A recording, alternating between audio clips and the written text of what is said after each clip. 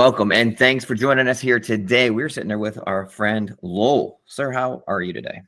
I am excellent. How are you doing, Billy? Man, doing great. So the way I was introduced to you was you're the guy that saves businesses. And I know after our conversation, that's not necessarily true, but it's not that far off either, right? Like you kind of do, kind of don't. Explain to us like why that was wrong and why that was right.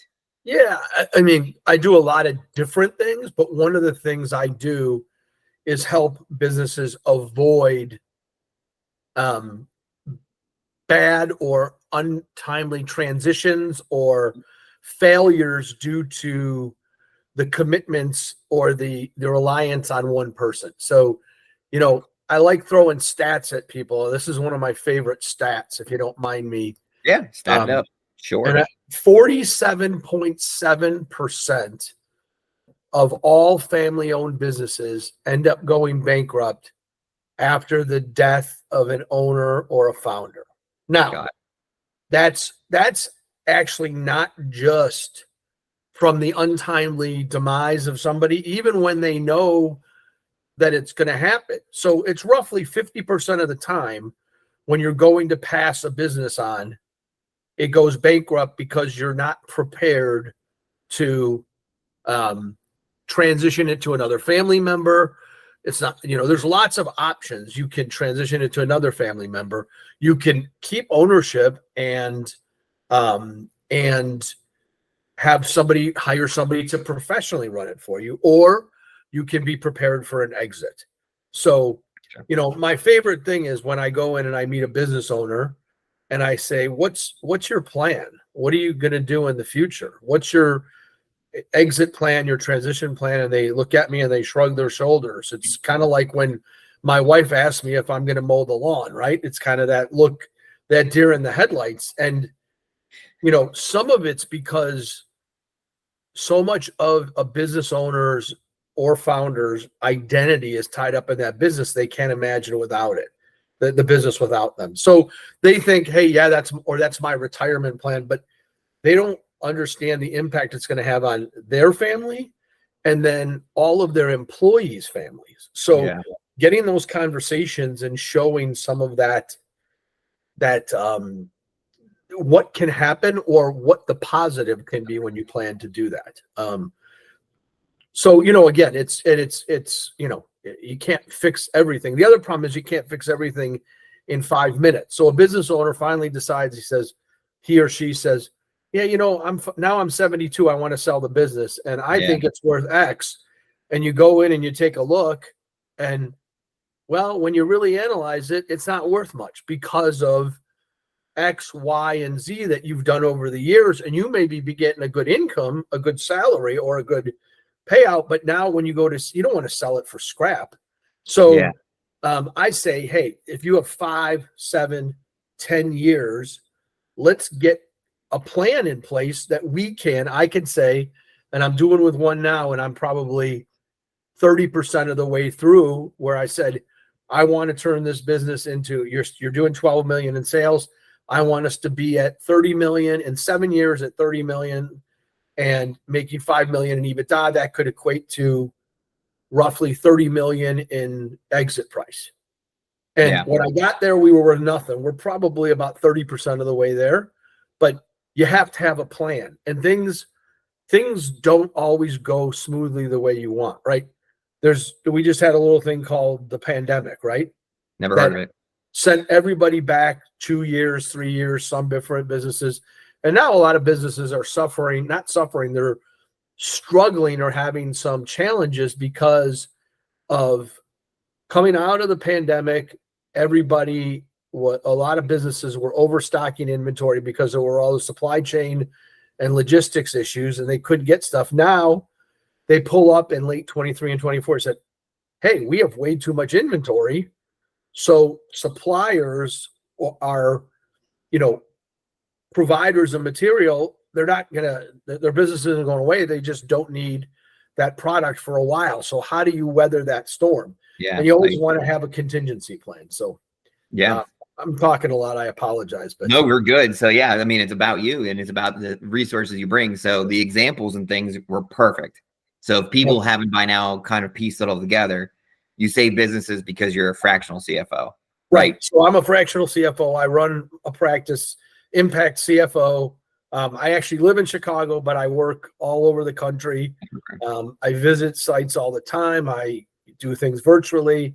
You know, and what you really need to do, my expertise lies primarily with manufacturing, industrial products, industrial equipment, after sales activities. But I don't just come to it because I have all these fancy degrees on my resume. I happen to have them and I have all the letters, but I've been doing this for 30 years and working in companies, mid-sized manufacturing industrial companies. So I don't only know the finance, I know how to run a company and how to help people solve problems or find the resources to solve the problems. And that's what's really fun. You know, I don't have all the answers, but we can usually find a way to get to those right answers. So yeah, it's basically you're standing outside, you're looking at the forest without standing in the trees, right? You're able to step outside of their business where they really cannot. They're sitting in there and you're like, this is happening and that's happening, and you're a doctor, right? You take all the bits and pieces and you give a diagnosis of how the business is thriving. Well, one of the things is, you know, when my dad worked at the same company for 40 years, right? And a lot of us, some people do that. They go to a big company and they work forever. The way my career transpired is that I would get a different opportunity every 5 to 10 years or so, because the challenge would be met at the company I was at, and I was working for small to mid-sized companies, so there wasn't an infinite amount of positions in the company. So I have the advantage of having seen a lot of different businesses. And when you go into new businesses, your learning curve gets quicker, right? Your learning curve flattens down. And so I see stuff and I'm like, yeah, that's just something I've seen before. Yeah, I tell people all the time, I'm not the dumbest guy in the world, but I'm also not the smartest guy in the world. I just have a lot of experience with seeing a lot of different stuff. And, you know, the other thing you really bring is, you know, being a CEO in any business is the loneliest job, right? Because you're kind of all alone, and you know, you've got all the weight of the world. You know, I think in a family-owned business in particular, it's even worse, because you go home from work and then at Sunday dinner or family gatherings, there may be all kinds of people that are questioning what you're doing with the business and asking a million questions. You know, when I go home from work, nobody in my family, they don't even know what I do, so they don't bother me. But that's another really low. So you need a sounding board. You need a confidant. You know, my wife gets really mad at me because I kind of say, well, sometimes I'm even a little bit of a social worker, and she actually is a social worker, and she doesn't think I'm particularly sensitive or listen well, but that's a whole different area of the world. So that's what you bring. You just bring, you know, I kind of say sometimes it's having another adult at the table with clear vision that can see the issues, or see what needs to be done. So what are some of the most common ones that you come across? You've been doing this for a long time. What are some of like, what do you get the most? People come in and say what to you? Well, you know, it's sometimes they just say, I'm not making enough money and I don't know why, or my margins aren't good. Well, the first thing I say is, are you measuring your margins correctly?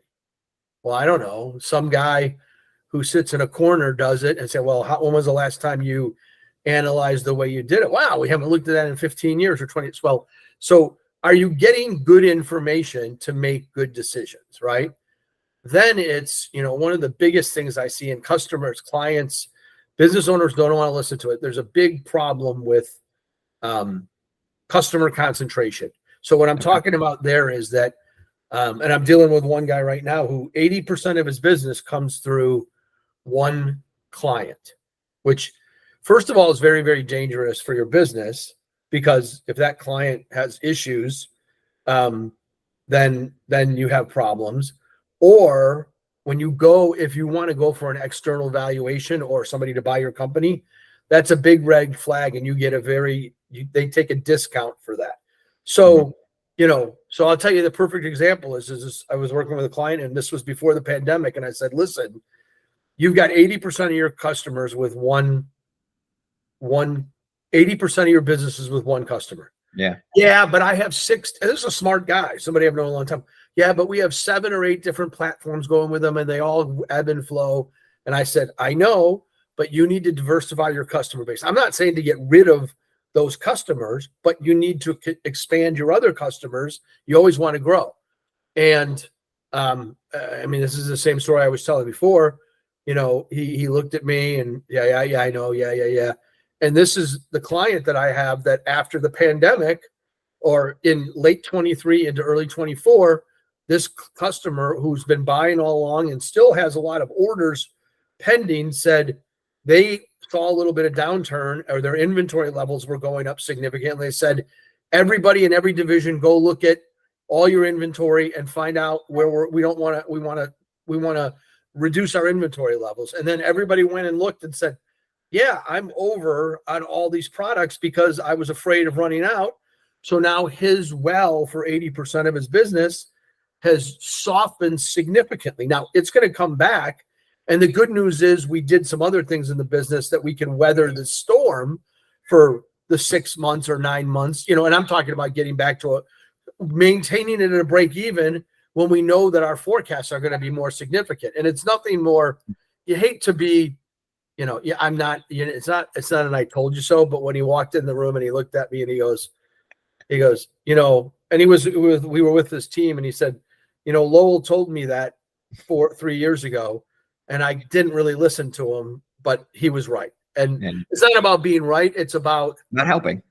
But now he's gonna, I'm trying to get him to expand his sales resources and really think outside of just taking that what comes to you. So those are some of the things. A lot of the times, a lot of it, it's getting that discussion, because a lot of times the business owner doesn't really know what they want, right? Yeah. So, the business owner might be saying, hey, I'm just going to turn this over to my kids, but they haven't decided to talk to their kids about it, and the kids want nothing to do with it. And so what's the plan? And we can lay it out. And there's lots of, I always joke, there's lots of ways to skin a cat, right? There's lots of ways that you can look at your business. There's lots of, call it transition plans, exit plans, all those kinds of things. But the one thing you got to keep clean in family businesses is ownership lines and how you're going to pass along, because I'm involved with a couple now where it's not clear and it's really messy. And in the end, it really can affect the relationships with the family. So a couple of them I work with, I do check in. I go, did you guys have Easter dinner together? And they're like, yeah, we had Easter dinner. Because I know 2 years ago, they didn't sit down to Easter dinner. And to not have the kids and the parents together, it's a big deal. But yeah, you've got to have that clear. And, it's a normal, you can't just have, if you have 3 kids and you have one that works in the business, you can't just give the business to the kid that works in the business. There's got to be some sort of compensation, because who owns what and how does it go? There's a lot of factors with that. So you have things, you talk about things like exit strategies. That's excellent.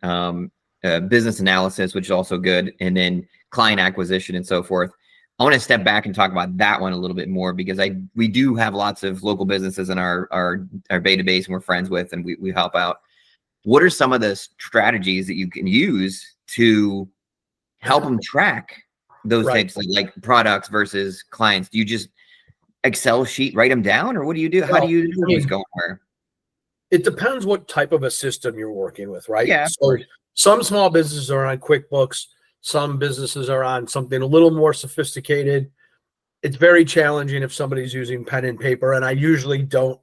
That gets very difficult for me to work with. But the one thing I will tell you is that one of the things about working with me is, there's a lot of fractional CFO businesses out there. And the one thing is, you don't have to have actually been a CFO to call yourself a fractional CFO, right? Yeah. So there's a lot of people coming in with different levels of experience. But and a lot of them, what I see is they say, I only want clients that work with QuickBooks, and You have to take that and translate it into my thing and do this and do that. I like to say, no, I've worked in 10 different systems in my life. So let's work with what you have and get into that format. So getting to what you want to talk about is I want to first know that we're doing the accounting correctly. Then it's breaking down your business by, I call it, it's a two-dimensional thing. It's product group by what's your product groups and what's your market groups, right? So if I sell, I'll talk about a business I worked for. So we sold equipment that counted money. So bank scanners. So we knew that our biggest customer was financial institutions, right? But we broke that down to banks, currency exchange, and then we also did casinos. So we said, how are we doing in casinos? How are we doing in other retail settings? It was pretty easy there. But then I had products. I had, let's say I had 10 products, and I said, okay, I've created a matrix that says, okay, I'm selling this product. Let's call it the XYQ, right? The XYQ, and I'm selling it into major banks, and my margin on these are 30%. That's pretty good. But I'm selling it when I'm selling the next product, the ZZZ, into the major banks, I'm only making a margin of 12%. What's going on? Why is that? And then you can diagnose it and say, okay, is it in our manufacturing cost? Is it in the competitive placement and pricing in the marketplace? That's interesting. All kinds of things. And then the other thing you can do is you say, okay, if I've got a product and you're looking at what markets you're selling into, say you're selling, say you're an HVAC manufacturer, right? An HVAC provider. And you say, well, I'm doing really good with restaurants. I do good with residential and some commercial. But you say, we look at what you're doing and we say, what other markets can you penetrate that you haven't even That's interesting targeted, too. Right? So, it's easy to send flyers and market to residential, but you say, okay, I want to get into, I'm doing a lot of restaurants and I'm doing a lot of food service. I want to get into small, maybe I'm good at it. Maybe I can get into small grocery, right? Or maybe I can get into, I'm not doing anything. I'm doing a lot of sandwich shops and hot dog places, but I'm not doing very well in getting into those mini marts, right? So I want to get into the mini marts. And, again, there's no easy answer. It's just once you have real data that you can synthesize, there's all kinds of ways to look at it. Then you say, okay, then it gets a little more sketchy because I need help myself sometimes with marketing and how do you attack that? And what's the best way to penetrate it? Then it says, okay, how do we want to attack, I'm making it up. We want to attack mini marts in our region for HVAC. Who do we think is, there's intelligence. Who do we think's doing most of that work? And who would we be competing with? If we're competing against, if we're a smaller business and we're competing against the behemoths, that might be kind of tough. And what are their price points and how do we compete? Are you competing on level of service? Are you competing on price? Are you competing on, and that's an interesting industry because, I personally at my house, I don't know what broke in my house. My hot water heater broke. Everything breaks all at once. My hot water, actually, my hot water didn't break. I wanted a new hot water heater because for a long story. And I called the guy. I have a maintenance contract with a guy, and he comes out and he said something like, "Yeah, I can replace it today," because they want to do it today. And he said it's $6,000. I said $6,000, and then I said that can't be right because their model is this guy wants a hot water heater. Their model is in their business. They get more credit if they do it that day because they want to be done. And they said, go for a high price. This guy went too high because I knew I could do it for half that price. And it was a little more of a pain. But for me, if he had come in and I knew I could do it for $3,000 and he said he was going to do it for $3,500, I might have said, just do it. But when I knew it was going to be double what I could get somebody else to do it for with a little bit more hassle, it was worth it. So that's nice. Yeah. So that's good insights too, that you can take a look at the data and really give businesses an insight on what they're doing and their strengths and weaknesses. When you sit down with businesses, do they have to like bring specific things to the table with you? Like, do you have certain things you look for? Like when you set up that meeting, you tell them, be sure you have this, and this ready when we sit down to meet. Those are the key indicators that'll give me an idea. Well, I mean, that would be great if everybody had that when you come in, but that's not the way the world really works. Well, even if they don't have it, that's also an indicator though, then too, right? You know, I would say, hey, you know what? I'm pretty adept at this stuff. I say, let's start with what your financials look like, Okay. right? Are you closing your books? Are you putting your financials together? And if you get the shrug of the shoulders, then you know you have a little more work to do, right? Yeah. The better prepared they are. You know, I say, okay, let's start with, you know, a lot of businesses, depending on the size, will have a monthly package they put together, right? Some of them, it's on one spreadsheet and it's just a couple statements. Another business might have, you know, a little bit of a presentation, you know, because I like to get every business to the point where you can have a 10-page PowerPoint presentation to explain your business every month. Yeah. Because what you're not doing is you're not painting a picture, you're not telling a story when you're just looking at numbers. So I guess the answer, I'm not evading your question. No, you're good. I basically start with, what do you have, right? Yeah. What do you have? So basically a business should have an income statement, you know, a P&L, a balance sheet. Most of them don't have a cash flow statement. You know, I say, well, are you having cash problems? How much cash do you have in the bank? What do your credit lines look like? What is your availability of credit, right? You know, a big one I always stumble on is, and this is another place that I really help, is that small businesses and privately owned, family owned businesses think debt is the devil, and debt is not always the devil. Debt is an enabler to growth, and that's the first thing I say. You know, I've worked for $200 million companies where they had zero debt, and I said, so that means that there's nothing. So first of all, they're generating, say, $20 million of cash a year. So the family's taking $20 million of cash out of the business. And I say, so it's a better return on your money to take that 20 million and put it into whatever, especially when the economy when the rates were down. You're better off taking that and getting 1 or 2% or 3% than reinvesting into the business and positive net present value projects that will grow your business and grow the value of your business, right? So sometimes you're not putting off as much cash flow, and you might say, okay, if we borrow, let's just say a number, $10 million to build this new product out, right? We've got another product that we believe can penetrate the market. You don't just do it willy-nilly.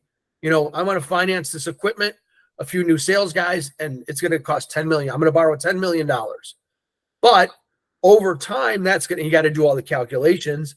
We're going to increase our sales by, you know, in 3 years by $20 million annually. And that's going to generate $6-8 million of margin in perpetuity. You do that calculation, and pretty quickly you can say, well, I'm going to borrow $10 million on a 5-year note, and it's going to cost me 4%, 5%, whatever it is. But my return is going to be 15 or 20%. Now, it's easy to analyze that, but then it's in the execution, right? So all those things that we're talking about is, how do you look at your business? And it goes back to, okay, I want to penetrate this market that we talked about from our margin analysis or our business analysis. What's it going to take? What is it going to take to penetrate that market that we were talking about? Well, if we want to penetrate that market, we need this new product. How can we do this new product? Well, we got to invest in this. And what do we believe? And I can't do all this, right? We need experts in these things, right? Yeah. But this is how we can grow that. And your overall return is going to be so much better. And then you like to turn it into, everything you turn into is, what's the EBITDA?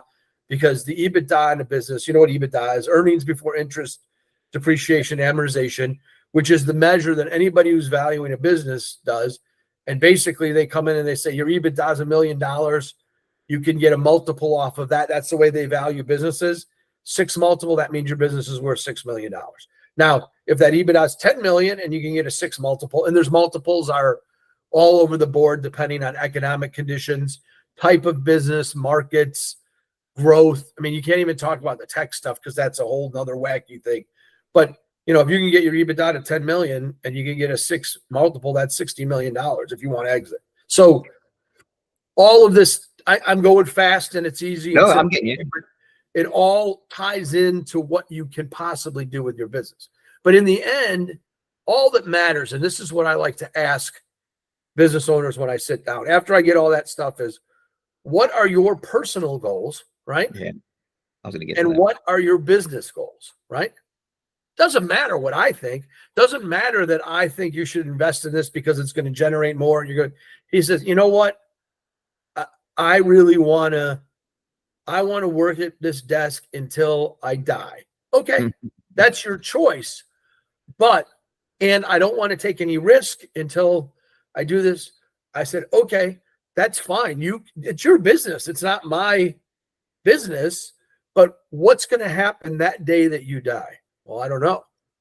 Well, let's put a plan in place. Yes. So that your family has a plan and that the business you won't be one of those 50%ers because all the ideas and keys and everything to run the business are in your head. You know, I have another great, I know I'm talking a lot, but I have another great stat I like to use. So the other stat I have is that, and I call this my blind driving. I don't think blind driving is good for anybody. 40% of, and these aren't my words, this is a study from Intuit. 40% of small business owners consider themselves to be, and these are their words, financially illiterate. Okay. So what does that mean? That means that 40% have no idea what they're doing with financials. But then it follows up and it says 81% of business owners handle their financials themselves. So what does that mean? 32% of all businesses, or the equivalent of 9 million companies, are being run by business owners who are not comfortable with financial information. Holy moly, right? Yes. That's what I say. I can't say anything worse on your podcast. Holy moly, right?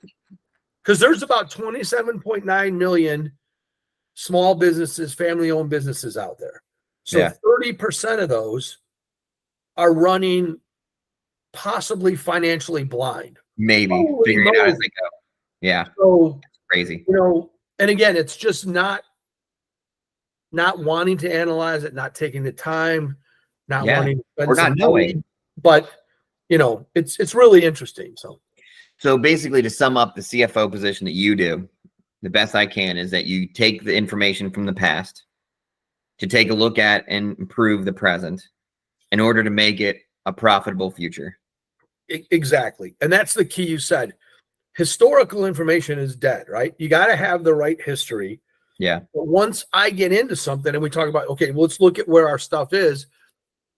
It's one thing to grow the business and to do it that way, but I also do a lot of forecasting. So, you know, maybe not every month you're reforecasting, but you know, one of the things a lot of these businesses do, you say, where's your budget? Well, I don't do a budget, but you got to do a budget, right? I mean, that's a basic building block. And then each quarter, I say, we got to update the forecast. And the sophistication, it takes a lot of time to get to those things, but you want to be future looking, right? So yeah.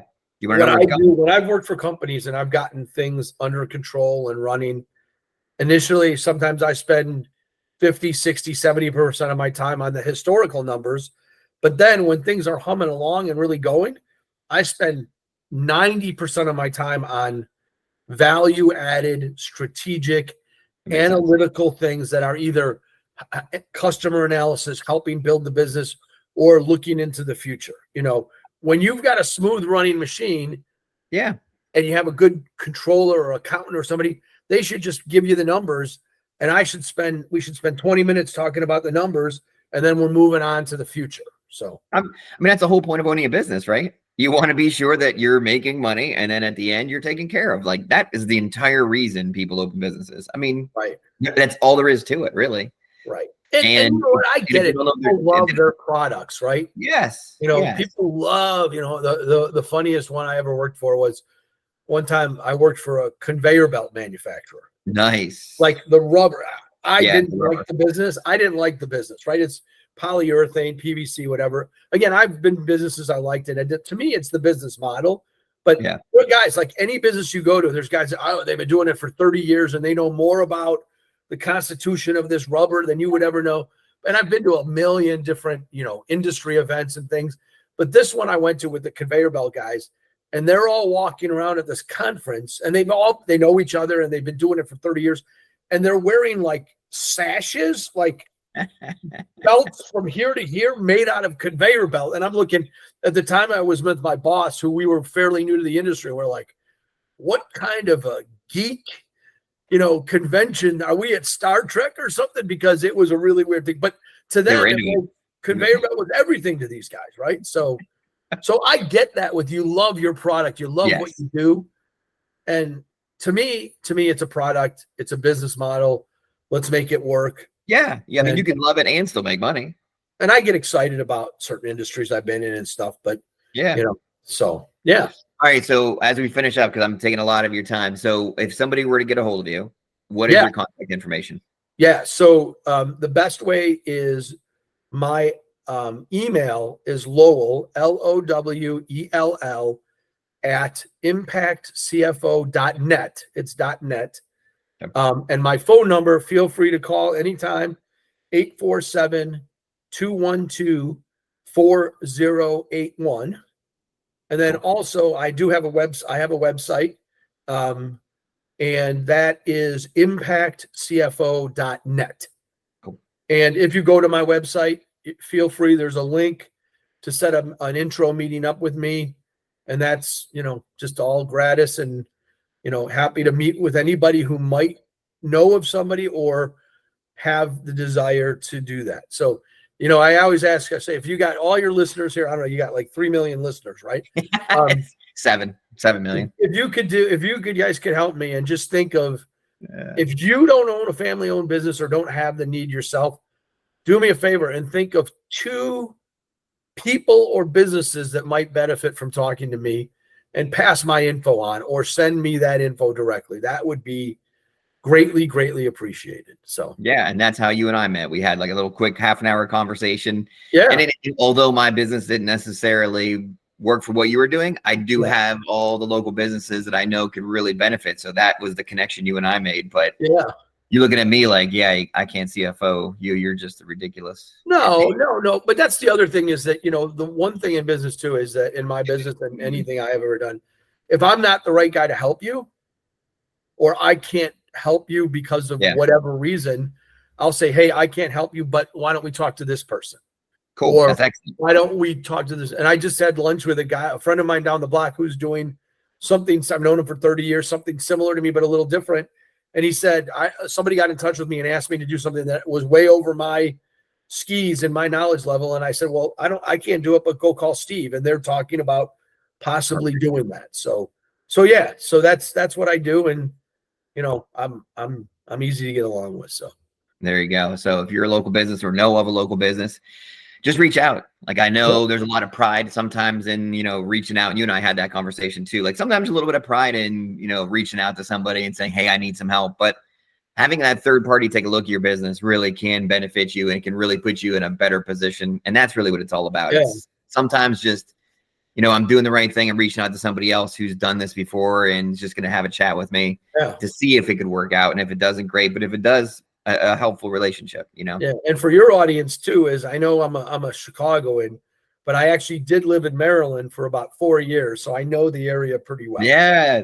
You were, if I can't, you're near College Park. Is that what it was? No, I was living outside north of Baltimore. I lived in what they call the Hereford zone up there, almost near the border.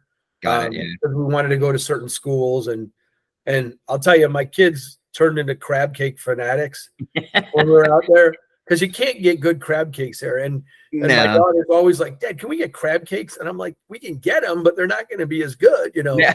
So, you know, and the other thing about Maryland is, so I worked for a great company there, and, you know, we in the Midwest, you've never gone and had crabs, right? You've never gotten a bucket of crabs or bushel. So my kids got the biggest kick out of it every year. Yeah. You know, we'd have a company picnic and there's a crab tent. Just grab them and eat. I learned how to do them. And so all the nice people that I worked with were giving my kids lessons and doing that. They're like, when's that picnic? Dad, I like that crab stuff. And can I sit next to that nice lady, Donna? Because she did all the work for me and gave me all the crabs. So that's it. So, it's a cultural thing. It's just so awesome. Yeah. Yeah. It's fun. It's a great social. thing. And everybody's got their own thing. So yeah. Fun. That is fun. All right, sir, man. I appreciate your time today. And hopefully we get some people in our audience that could use a little third party. Some people look at it, at their situations and kind of give some input. So yeah, we great. appreciate you. Absolutely, man. And we wish you all luck for the rest of this year. And hopefully it gets nice and stays nice and warm there in Chicago. I know it gets a little chilly sometimes. Yeah. So. No, we're doing good. You too. Thanks a lot, Billy. All right. Absolutely. Have a good day.